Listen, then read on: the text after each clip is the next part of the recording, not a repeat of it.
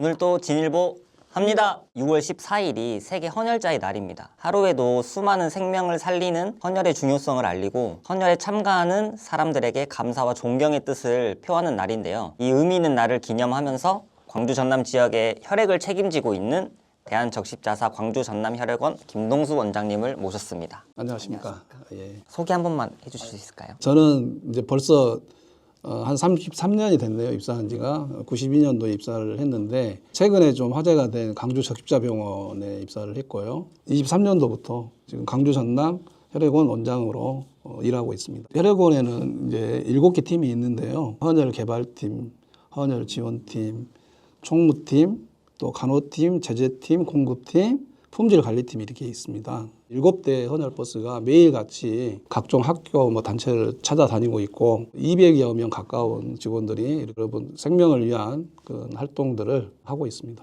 나름 혈액원을 담당을 하고 있기 때문에 헌혈을 해본 경험이 있는데요. 제가 지금 혈액형이 O형이거든요. 흔하니까 좀 안 해도 되지 않을까라는 생각을 했었는데 RH 어떤 그런 희귀 혈액형만 중요하다라던가 뭐 그런 게 있을까요? 아니, 그러지 않습니다. 전 모든 혈액이 필요할 때에 제때 공급이 돼야 됩니다. RH 음성 같은 경우는 전체 헌혈자의 0.4% 정도 차지를 하고 있고 그만큼 이제 인구 분포상 적기 때문에 많이 사용이 되지는 않는데 그게 없으면 또 어렵잖아요. 그 RH 음성 봉사회를 통해서 전국적인 네트워크가 연결이 돼 있어서 저희가 콜센터를 통해 가지고 필요할 때마다 충당을 하고 있고요. 우리 기자님이 O형이 흔하다고 했는데 어떤 혈액형이 많을 것 같아요? A형이 많을 것 같아요. 맞습니다. A형이 한 34%, 보통 B형하고 O형이 비슷합니다. 27, 8% 이렇게 있고 AB형이 가장 한 11% 정도 적습니다. B형 같은 경우에는 헌혈 인구는 아까 한 3번째 되는데 혈액 수요가 좀 적다 보니까 보유량은 가장 또 많이 가지고 있습니다. 그래서 헌혈하는 것과 수혈에 필요한 그 수요 공급을 그때그때의 그 환자 발생 여부에 따라 가지고 달라질 수 있다. 맞추는 게 상당히 어렵기 때문에 모든 혈액형에서 지속적으로 참여해 주셔야 된다. 이렇게 이야기할 수가 있습니다.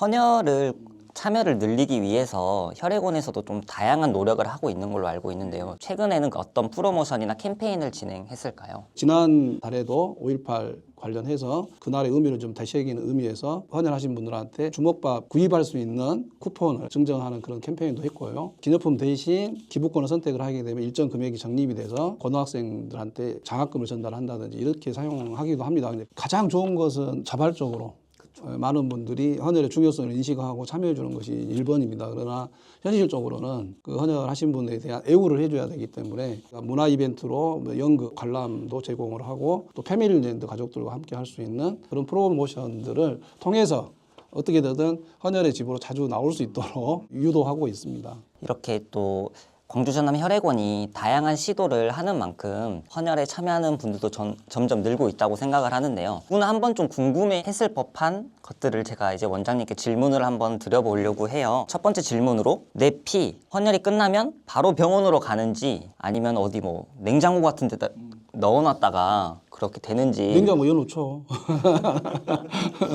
그 실온 보관보다는 냉장 보관을 합니다. 헌혈의 집이나 헌혈 버스에서 헌혈이 이루어지고 그 다음에 이제 혈액원으로 이게 이제 다 집합을 합니다. 원심 분리기로 성분별로 분리를 하게 됩니다. 적혈구, 혈소판, 혈장 그리고 이제 샘플 한 5가지를 뽑아요. 그것은 저희가 이제 이곤역이라고 해갖고 대전에 중부 검사 센터가 있습니다. 그쪽으로 바로 또 보냅니다. 그래가지고 거기에서 이제 이상이 있는지 뭐 간염이 있거나 뭐 또 매독이 있거나 또 뭐 에이즈가 있거나 이런 건 걸러내야 되질 거 아니에요. 제재와 검사를 통해서 그게 이상이 없으면 병원으로 저희가 보내고 있습니다. 그러면은 이제 한번 헌혈을 했을 때 몇 명 정도 이렇게 도움이 되는지 그런 것도 궁금하거든요.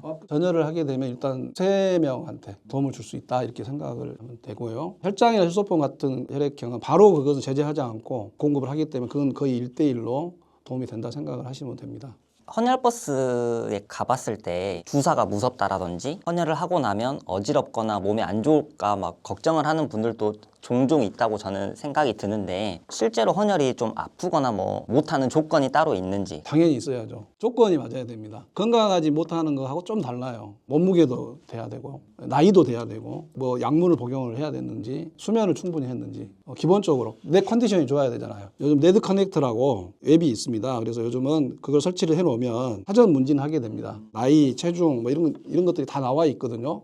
체크를 하고 현장에 가갖고 문진 담당 간호사가 또 세세하게 체크를 해서 조건에 맞았을 때 헌혈을 할 수가 있습니다. 근데 이제 뭐 헌혈할 때 두려움, 주사, 공포 이런 것은 본인이 극복해야 됩니다. 따끔하죠. 주사바늘 들어가는데 그 정도로 참을 수 있는 그런 용기, 남을 살리겠다는 그런 마음.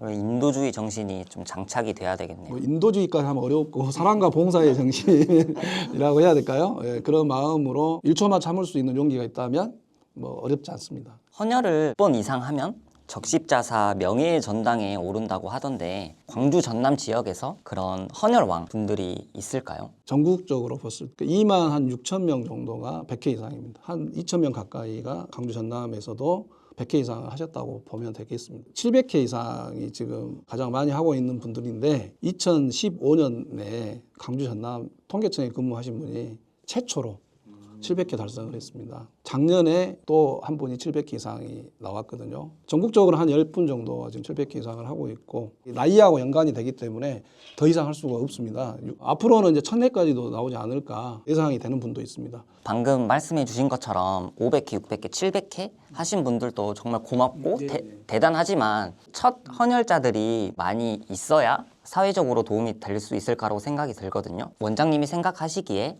정부나 지자체에서 어떤 노력을 좀 이렇게 해주면 좋겠다라는 그런 생각하신 게 있을까요? 많이 하신 분이 많이 하는 것도 중요한데 생애 첫 헌혈자가 가장 중요합니다. 그래서 우리가 보통 만 16세부터 헌혈을 하는데 저출산으로 인해서 2019년과 지금과 비교를 해보면 고등학교 헌혈자가 절반이 줄었습니다. 이제 앞으로 더 유입할 수 있는 그런 것들이 굉장히 어려워집니다. 헌혈 추진 협의회를 통해서 이야기를 하고 있습니다만은 이게 이제 쉽지 않아요. 작년에 그 헌혈 인식도 조사에 의하면 어떤 헌혈자 이후를 해보면 좋겠느냐 했더니만 제일 많게 나온 게 공공시설 이용 감면입니다. 그래서 저희 강주시나 일부 지자체에서는 지금 일정 조건이 되면 공영주차장이나 시설을 이용하는데 감면은 해주고는 있는데 좀 미미합니다. 국가나 지방자치단체나 공공기관에서 표창이나 어떤 이용료 감면이나 그런 정도로 예우가 돼야만이 앞으로의 헌혈자 감소를 막을 수 있는 길이 되지 않을까 그렇게 생각을 합니다. 이제 마지막으로 이 영상을 보고 계실 헌혈자 분들께 전하고 싶은 말씀 있으시면 부탁드리겠습니다.